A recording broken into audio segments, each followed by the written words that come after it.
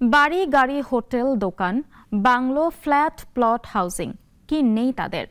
আদাবর শেখেরটেক এলাকায় হাসু কাসুর ক্ষমতার কাছে কেউই পাত্তা পাননি। ক্ষমতা খাটিয়ে দখল করেছেন বিপুল পরিমাণ জমি, ফ্ল্যাট, প্লট ও বাড়ি। অঢেল টাকার জোরে আওয়ামী লীগ ইউনিটের নেতা থেকে দুই ভাই পর্যায়ক্রমে হয়েছেন কাউন্সিলরও। অর্ধশত মামলার আসামি হয়েও রয়েছেন ধরাছোঁয়ার বাইরে। ৫ আগস্ট দেশের পট পরিবর্তনের পর ফ্যাসিবাদী সরকার প্রধান দেশ ছেড়ে পালিয়ে যাবার সাথে সাথে একে একে পালাতে থাকে তার দোসররা। অনেকে আটকও হয়, কিন্তু এখনও অধরা রয়ে গেছেন স্বৈরাচারের প্রেতাত্মারা। ঢাকা উত্তর সিটি কর্পোরেশনের ৩০ নং ওয়ার্ডের সদ্য সাবেক কাউন্সিলর আবুল কাশেম কাশু।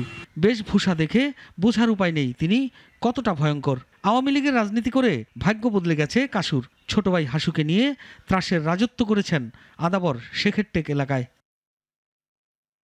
মাত্র ১০ বছরে সম্পদের পাহাড় গড়ে আওয়ামী লীগের প্রেসিডিয়াম সদস্য জাহাঙ্গীর কবির নানকের আস্থাভাজন ব্যক্তিতে পরিণত হন হাসু ও কাশু সহোদর। পাল্লা দিয়ে বাড়তে থাকে তাদের সম্পদ। ২০১০ সাল থেকে দুই ভাইয়ের দখলে ঘরবাড়ি হারিয়েছেন আদাবর শেখেরটেকের অনেক মানুষ। তারা জোর করে আমাদের ওই জায়গাটা দখল করে নেয়। আমরা দখল করার পরে আমরা বিগত আদৌ পর্যন্ত এখনো অবৈধ বঞ্চিত অবস্থায় আছি।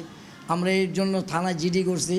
থানায় আমরা মামলা দিতে গেলে তাদের মামলাও নেয় নাই পুলিশ। 50 বছরের ওয়ারেন্টি আর বাহারি ডিজাইনের মুস্তাফা ইউপিভিসি ডোর কাটিয়ে দিন নিশ্চিন্তে 50 বছর। Mustafa uPVC door, excellence with durability. অনুসন্ধানে জানা গেছে গেল ৮ বছরে পুরো মোহাম্মদপুর ও আদাবর এলাকায় প্রায় 10 একর জমি দখল করেছেন হাসু কাশু। সরকারি জমি ভরাট করে গড়েছেন মার্কেট। সন্ত্রাসী বাহিনী দিয়ে এলাকায় ত্রাসের রাজত্ব কায়েম করে রেখেছিলেন। প্রতিবাদ করলেই হাসু কাশু বাহিনীর নির্মম অত্যাচার শুরু হতো। হাসু কাশেম এদের যে গ্রুপ আছে তারা তো এখানে ধরা ছোঁয়ার বাইরে। এই যে সন্ত্রাসী যারা ছিল, যারা ভূমিদস্যু, এই দেশে যদি তারা পুনরায় আবার আসতে পারে তাহলে দেখা গেল এই দেশের মানুষের আগের মতন তারা এখানে আপনার ভুক্তভোগী, তারা আবার ক্ষতিগ্রস্ত হবে, তাদের জমি দখল করে নেবে।